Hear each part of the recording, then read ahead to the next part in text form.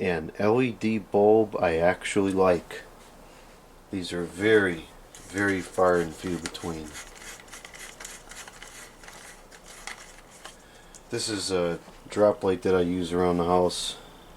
I got this on a dumpster dive. It's missing the cover, but it works just fine. And it came with an incandescent bulb, and that incandescent bulb burnt out real quick.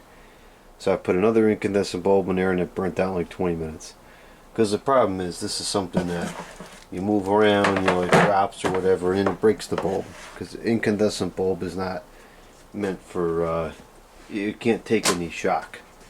And so that's one situation where the LED bulb takes an advantage because it's very tolerant to shock and vibration. So after the incandescent bulbs kept going out, I just started digging through junk in the basement trying to find another bulb, and I found this and threw it in there, and it worked great. I have no idea where this came from, what brand it was sold under. It says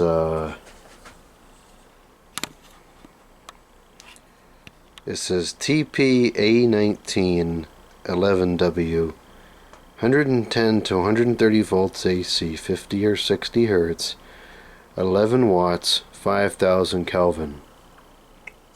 It doesn't weigh hardly anything. It's a complete cheesy, cheap piece of junk. For whatever bizarre reason, I have found that these super lightweight, cheesy, plasticky, flimsy junk snow cone LED bulbs I can tolerate. This bulb has no visible flicker. It doesn't flash. It doesn't do anything weird. The quality of light is perfectly acceptable.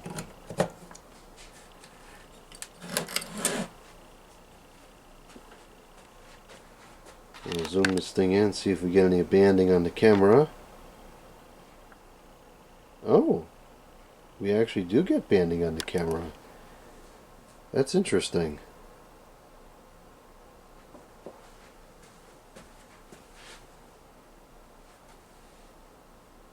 It must be a very, very high frequency banding, because there is no detectable flicker that I can see while using this in person. I've filmed several videos with this bulb and the drop light, with the drop light being the primary source of light for the video, and there was no flickering on that. There was no banding on those videos, and I can't see anything weird going on with the camera with the light around it. It's only when looking directly at it.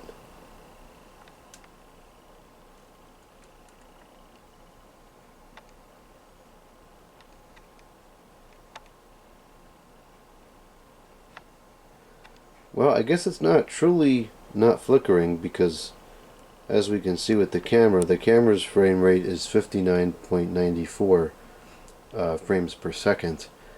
So it definitely does have some kind of a refresh to it. But I really don't see it in person. Let's see if I put it up to the fan here. Does it appear to have a flicker? Nope, I don't. Come on.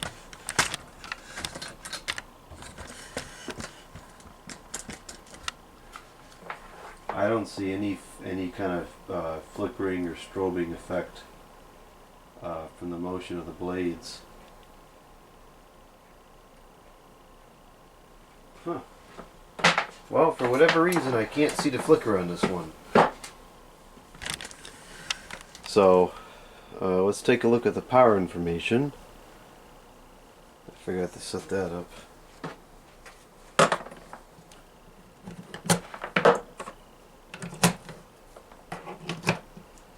So the power information is 120.2 the volts,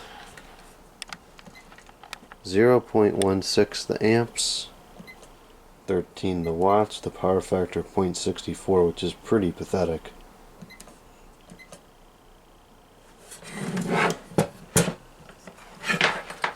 terms of brightness, I would say this is probably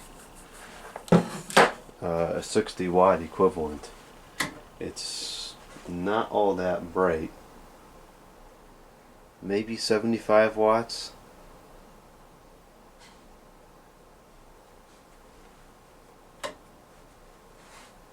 I don't think so that it has any kind of, didn't say the lumens on there. No, it's already scalding hot.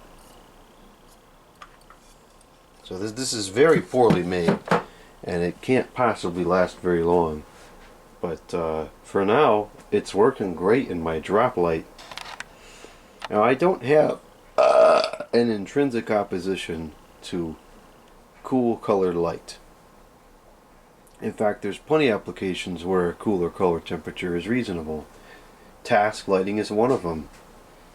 When I'm doing work with the drop light, it's tasks. A cooler color temperature is fine. So here's our color rendering sample. It's pretty decent. It's appearing better in the person than it is on the viewfinder and the camera.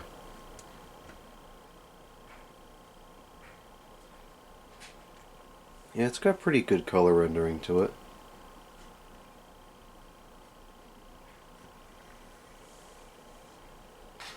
And you can see the contrast of the colors. The lights in here are 2700 Kelvin, or maybe they're 3000 Kelvin. What does it say on there? I know they're 2700. And so you can see this is much more blue. It's got a lot of blue light to it, which is the 5000 Kelvin, which is very similar allegedly to daylight colors typically.